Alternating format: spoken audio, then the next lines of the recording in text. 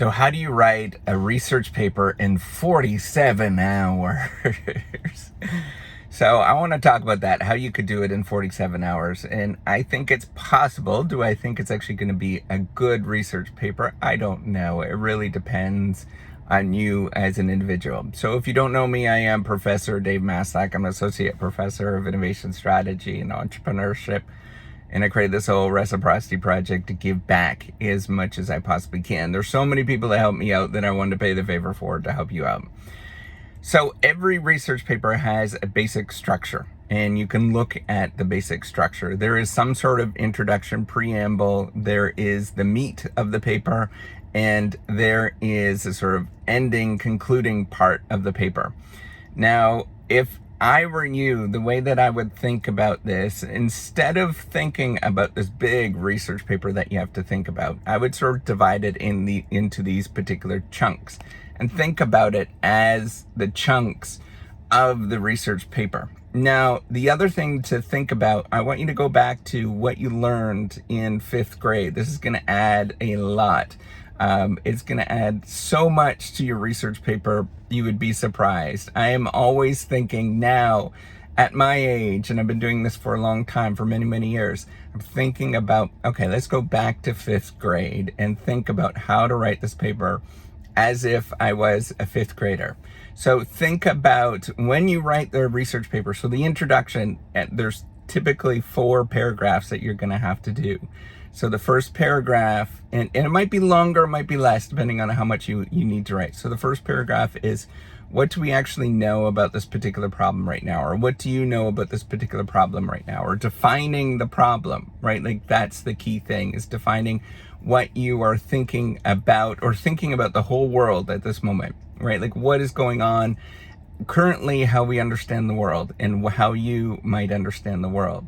So in that section, you will have sort of detailed information about what other people have thought about in that particular area. Then the second paragraph, what you need to write is the sort of problem, or what we don't actually know.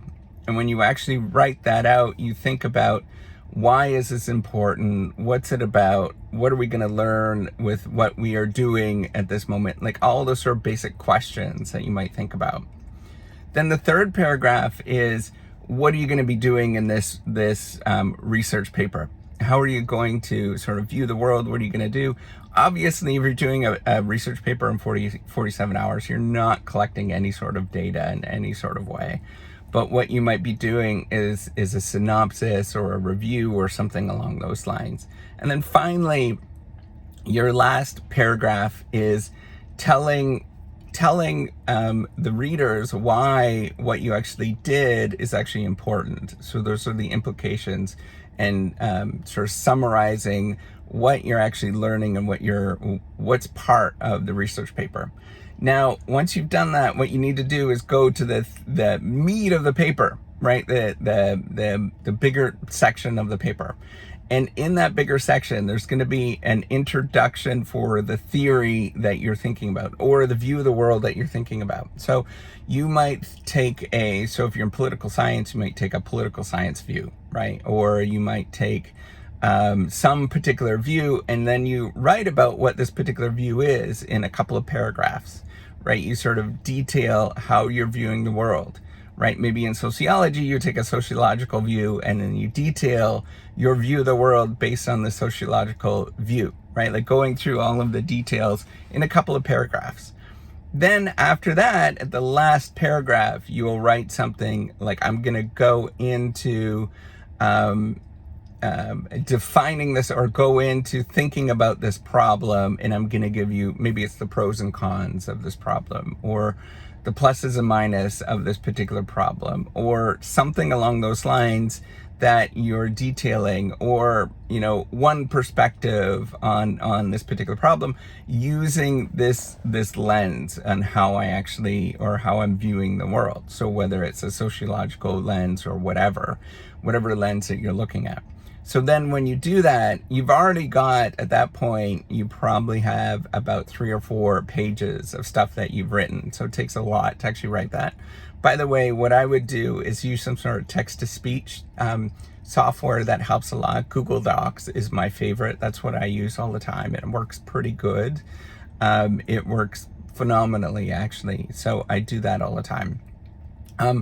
Then when you're at that stage, you write the pros and cons, right? You might have 3 pros and 4 cons. And then before you actually go write out the paragraphs, you might put in each sentence, like the first sentence is one of the pros, and then the next pro, and then the next pro. And then you got the next con after that, the next con or next con, like listing those particular out, going in. And then after that, you add 3 or 4 sentences, 5 sentences to each one of those paragraphs, detailing, giving evidence for the pro or the con or the way that you're actually thinking about it. So at that point, you probably have about 8 or 9 pages after you've done that. And then what you do is you go into the conclusion section, or the sort of wrapping up what you know about what's actually going on. Now, you notice I'm not detailing any sort of hypothesis or anything like that, or propositions or anything like that. We could leave that for a later day, because that is that's going to require some extra work. It's going to go into a different direction. It's going to require you to think of like a theoretical model of the world, but that's going to be really hard. So then what you need to do is, once you've detailed those particular things, you can go into writing, first of all, your conclusion and discussion section. You can actually call it that. You would go into, the overall, this is what you actually showed. So your first paragraph, this is what the problem is, and then this is what you showed. So it's like a little synopsis from the first paragraph, or the first couple paragraphs, or the first, your introduction. So that's going to take a paragraph or 2, probably 2 paragraphs. And then you'll go into the implications and discussion of what you think about how this changes your view of the world, or the view of the world that you took. So you usually try to change that theoretical view of the world, and sort of add to that in some sort of way of what people were talking about. So as you're doing that, you would have each one of these things, you'd have maybe 2 or 3 ways that added to your view of the world, or the existing view of the world, right? And then you have 2 paragraphs for each one of those, where the first paragraph for each one of those is describing what is, the current state of the world, or how it's understood. And then after that, how what you've actually talked about changes that particular perspective.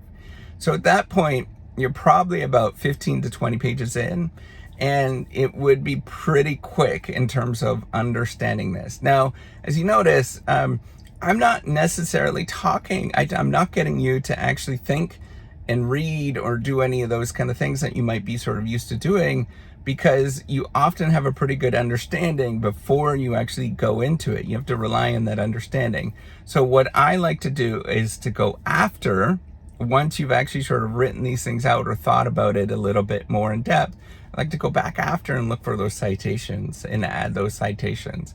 It's a backwards way of doing it, but it often helps, because what you're going to do, this is where, so you got the basic structure at that point, right? And then your final paragraph, it's a conclusion, sort of wrapping everything up of what you actually showed. You could see on my YouTube channel, I've got all sorts of stuff in terms of this.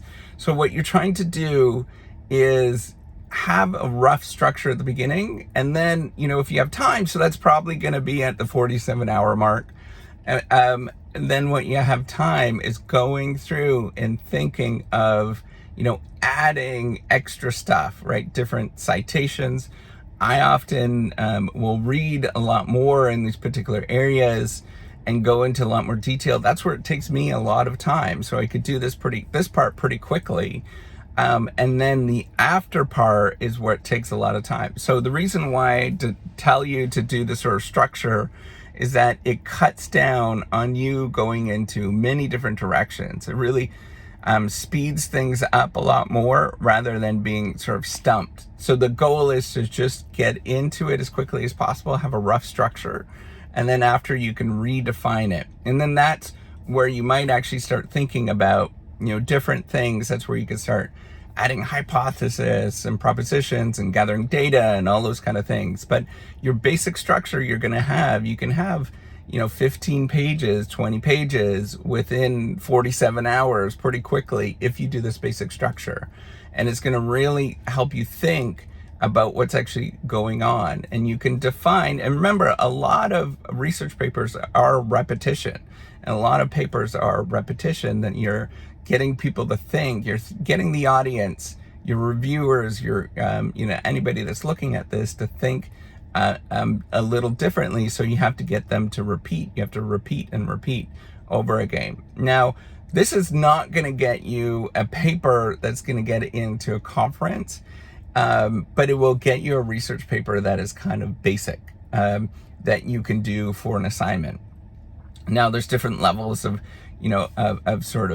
difficulty, but that would get you sort of roughly a decent paper that would be okay. But if you have to write hypothesis and all those kind of things, you're going to have to do a lot more work and collect data. You're obviously going to have to do a lot more work beyond what I just said. But that will get you the basic structure to get going and allow you to start doing some of these things.